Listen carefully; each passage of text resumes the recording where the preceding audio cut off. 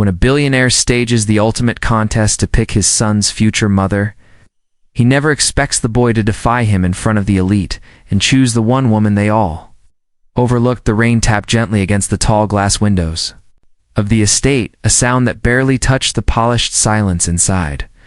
The mansion's vast corridors gleamed under the light of crystal chandeliers, every surface reflecting a wealth so old it seemed permanent. In the heart of it all, inside a private drawing room, the billionaire sat at the head of a long mahogany table. His back was straight, his expression set, and his eyes were fixed not on the city skyline beyond the glass, but on the small figure sitting across from him, his 12-year-old son. Around them, a few key staff members stood at attention, notebooks in hand, ready to execute whatever order would be issued. The boy's legs swung idly under his chair, not quite reaching the carpet, his hands resting in his lap as if sensing something unpleasant was coming. The air in the room was heavy, not from the weather, but from the weight of what the father was about to say. The billionaire's voice cut through the silence. It's like the strike of a matchcom, but commanding. He began speaking of the family legacy, of the importance of image, of how one day his son would carry the name that opened doors in every corner of the world. He spoke of respect, influence, and the kind of life only a select few were born into. The boy listened, though his eyes kept drifting to the rain outside.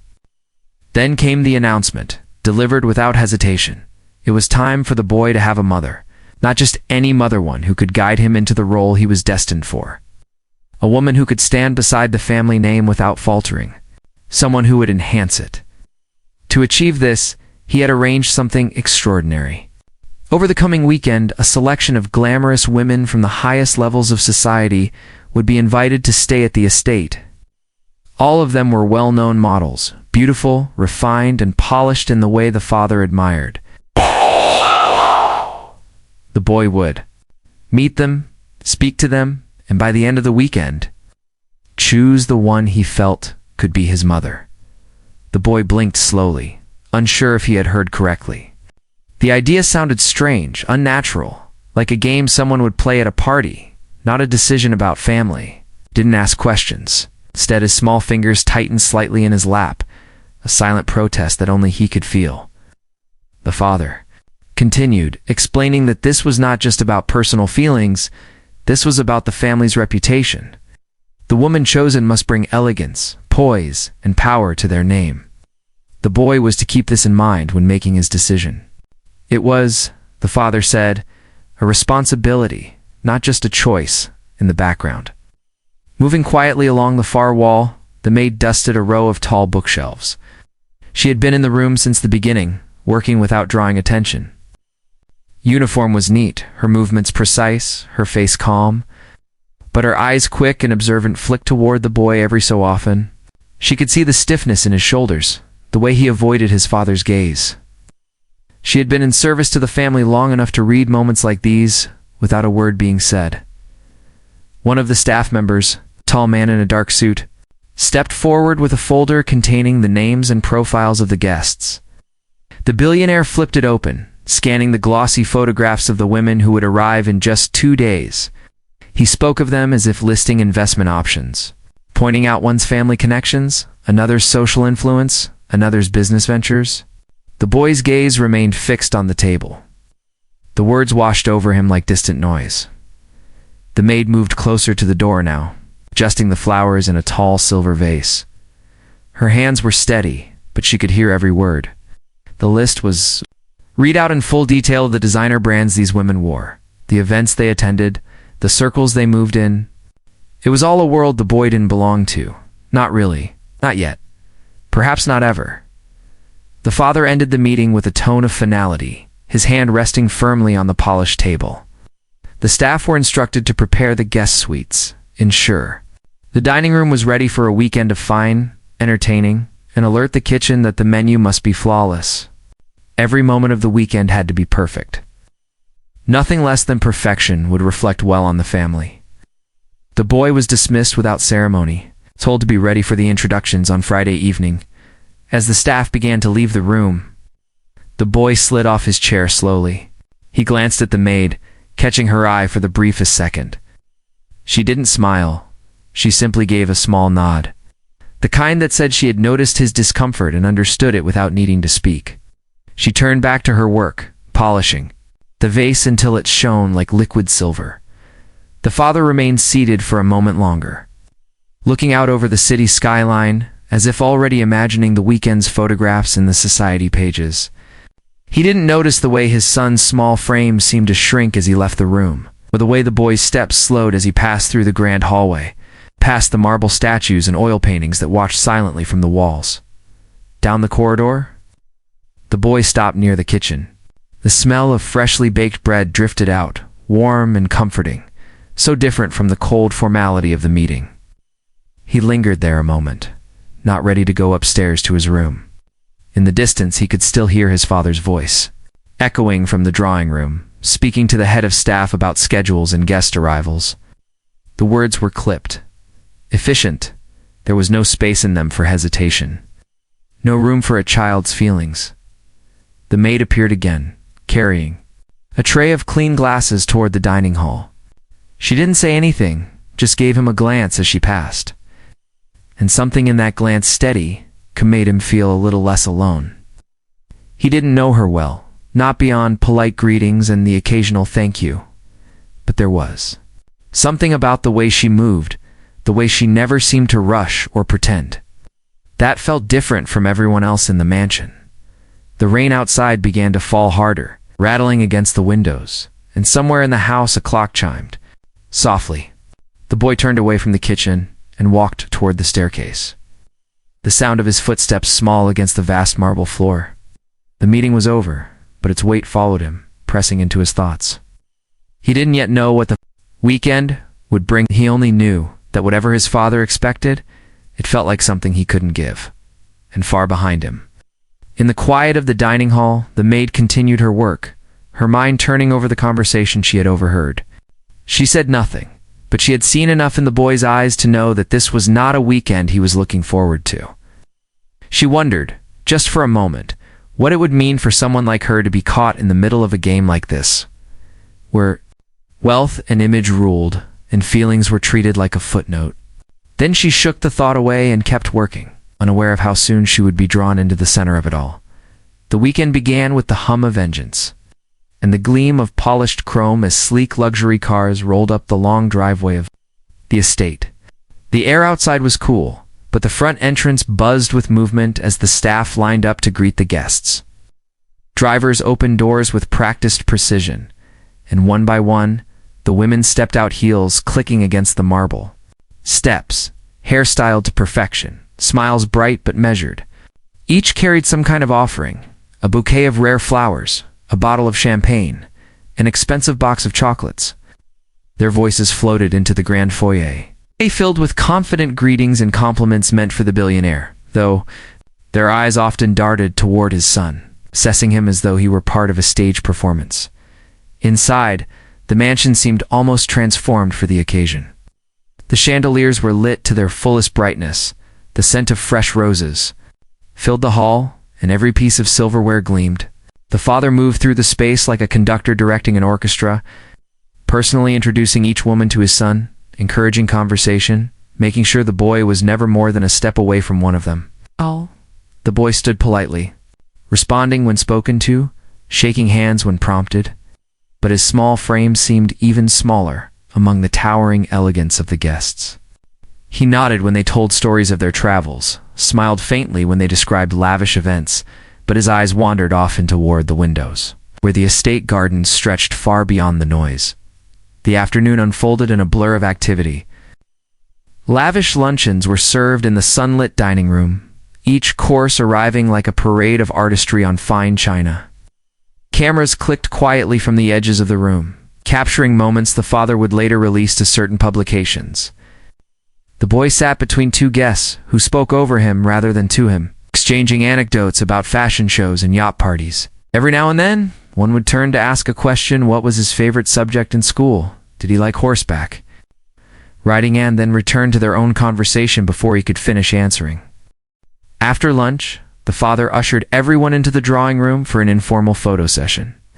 The boy was placed at the center of small groups, the women leaning in with practiced poses, her laughter carefully timed for the camera. The flashes were bright, and the boy's eyes blinked against the glare.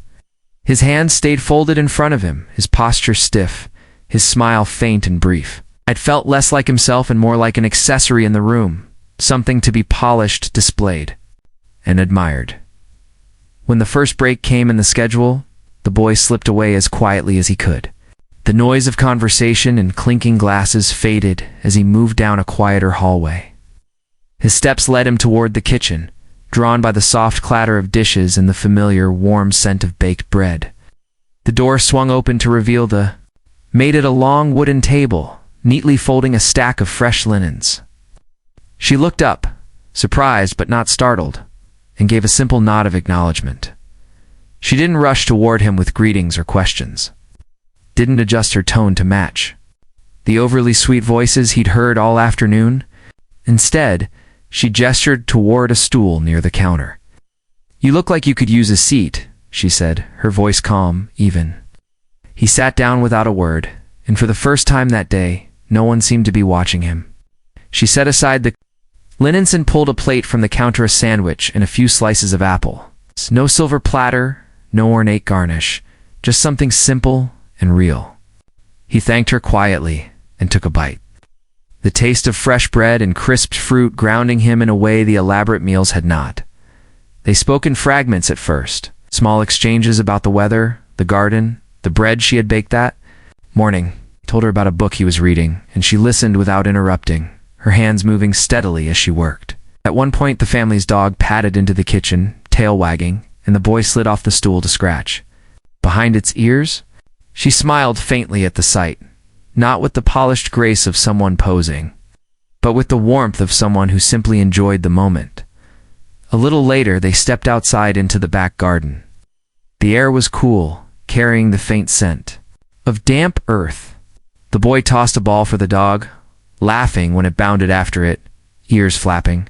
She stood nearby, arms folded loosely, watching the game with quiet amusement. For those few minutes, the noise of the mansion, the constant weight of the father's expectations, and the careful competition of the guests all seemed far away. When the time came to return, the boy hesitated at the garden gate. The sound of music and voices drifted from the other side of the estate, reminding him that the break was over. She didn't push him to go, only gave a small nod and turned back toward the kitchen. He followed the sound of the crowd reluctantly, feeling the shift in the air as he stepped back into the formal world of the weekend parade. The rest of the evening passed in much the same way. Another dinner, even more lavish than lunch, with crystal glasses and courses that looked like art. More than food. The boy answered questions from the guests, but each exchange felt rehearsed on their part, as if they already knew what they wanted him to say. Smiles were too wide, laughs too quick, and compliments too perfectly timed. By the time dessert was served, the boy's shoulders ached from sitting up straight, and his cheeks were warm from holding a polite smile for so long. Later, as the father walked with him toward his room, his voice was low but edged with impatience. He reminded the boy that this weekend was not a game, that it would determine the family's future reputation. The boy nodded without looking up, his mind still lingering on the quiet of the kitchen. The taste of the simple sandwich, and the sound of laughter that hadn't been forced.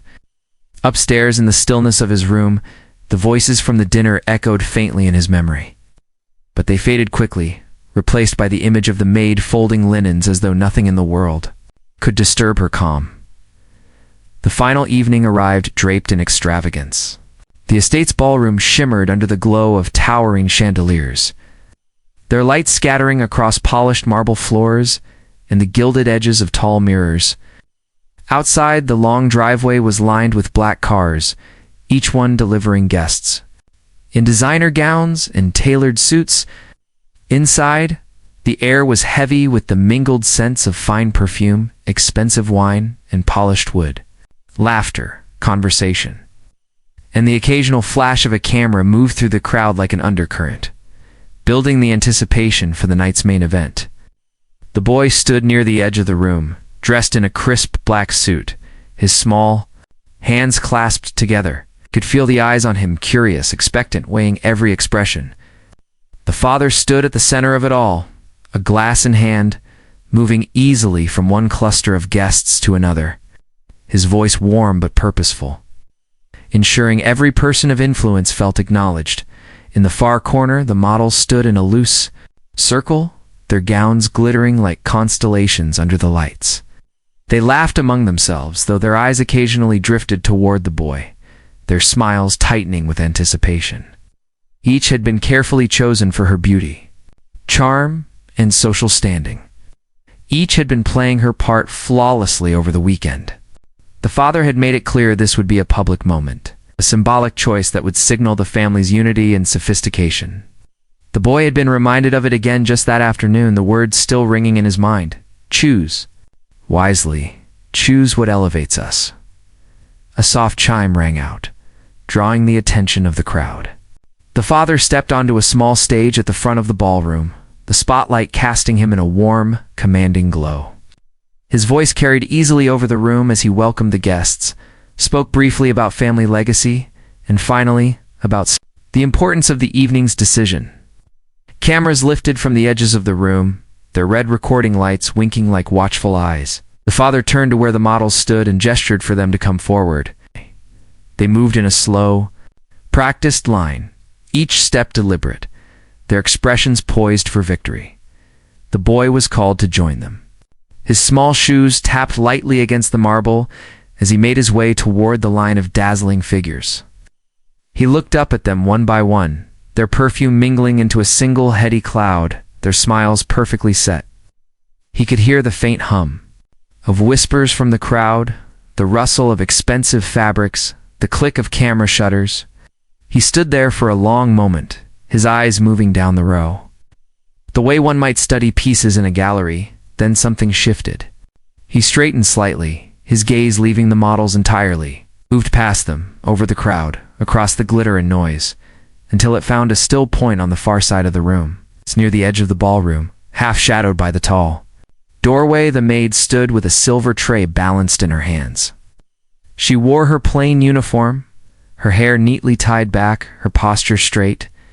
She wasn't watching the stage, her attention was on the guests she served, her movements quiet, unnoticed by most. The boy's eyes stayed on her. The noise in the room seemed to dull, the glitter fade, until she was the only thing clear in his view. Without a word, he stepped down from where he stood and began walking, not toward the models, but across the stage and down into the space between the crowd and the servers. Murmurs rose instantly, a ripple of confusion that passed through the guests. The father's smile froze in place. The cameras adjusted, their lenses following the unexpected path. The boy stopped in front of her. She looked startled, the hand holding the tray lowering slightly as she glanced toward the father, then back to him. For a heartbeat, neither spoke. Then, in a voice steady but quiet, he told the room that if he had to choose a mother, it would be her. His words carried just far enough for the microphones nearby to catch them. And in an instant, the ballroom fell silent. The stillness lasted only a moment before it shattered into a wave of sound whispers. Sharp intakes of breath, a few incredulous laughs. Someone near the back let out a low whistle. The model's expressions shifted from confident smiles to tight-lipped disbelief.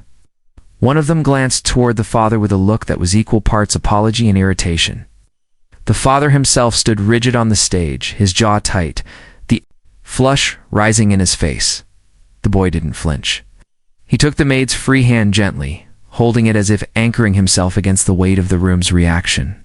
Then, in the same calm voice, he explained that she was the only one who had treated him like family all weekend. She had listened when he spoke, not because it was expected, but because she cared. She had given him time, not as a duty, but as a choice. She made him feel safe, and that mattered more to him than titles, wealth, or photographs in magazines. His words seemed too plain, too unpolished for the glittering room, but they carried a truth that made a few people lower their eyes. The maid stood still, her face unreadable, but her hand didn't pull away. The father's voice cut in sharply, thanking the guests for their attendance and attempting to move the evening along. But the atmosphere had already shifted. The decision had been made in full view of the investors, the celebrities, the reporters, and no amount of control could take that moment back. The boy stepped aside with her, still holding her hand lightly as they left the edge of the stage. Conversations broke out in hushed tones around them, the sound of glasses clinking too quickly, the rustle of gowns moving as people leaned toward one another to speculate. Somewhere, a camera flash went off, freezing the image of a boy in a black suit holding the hand of a woman in a simple uniform, both of them walking out of the spotlight. Above it all, the father's gaze followed them, his eyes hard and calculating. But behind the anger, there was something else, an understanding. Perhaps that the boy had just undone a plan weeks in the making. The maid led him quietly toward the service corridor, away from the eyes and the murmurs. But the echo of his choice followed them down the hall. The world outside the mansion's iron gates seemed to be moving at a different speed. But inside, everything was chaos. Headlines splashed across newspapers and TV screens, showing the young heir holding the maid's hand with a confidence that defied his age. Social media was ablaze, split between shock, mockery, and admiration. Porters camped outside the estate, hoping for a glimpse of the unlikely pair. Inside the study, the father paced like a storm contained within four walls. His voice carried through the corridors as he argued with advisors and PR teams. He called the decision reckless, humiliating, and unacceptable. He accused the boy of jeopardizing the family's name, of making a mockery out of an event that was meant to strengthen their legacy. He demanded the maid be dismissed immediately, convinced her presence was the source of his embarrassment. Yet when the maid was summoned, she stood quietly in the doorway, her hands clasped in front of her, eyes lowered but steady. She didn't defend herself. She didn't argue. She only suggested in a calm voice that perhaps it would be best if she left, not because she had done anything wrong, but because she did not want the boy to suffer for her presence. The boy overheard this from the hall, stormed in, his small frame trembling with anger, his voice breaking as he declared that if she left, he would leave too. The father froze, unprepared for the weight behind those words. For a moment neither moved, the silence between them louder than any argument.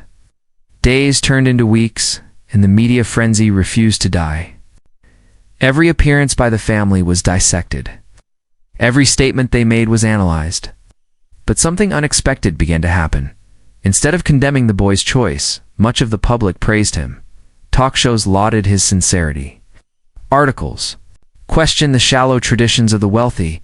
Strangers sent letters to the estate, thanking the boy for reminding the world that family wasn't something you could buy or stage. Some even said they admired the courage it took for a 12-year-old to defy the pressure of an entire room just to follow his heart. Slowly, the father noticed the tide turning.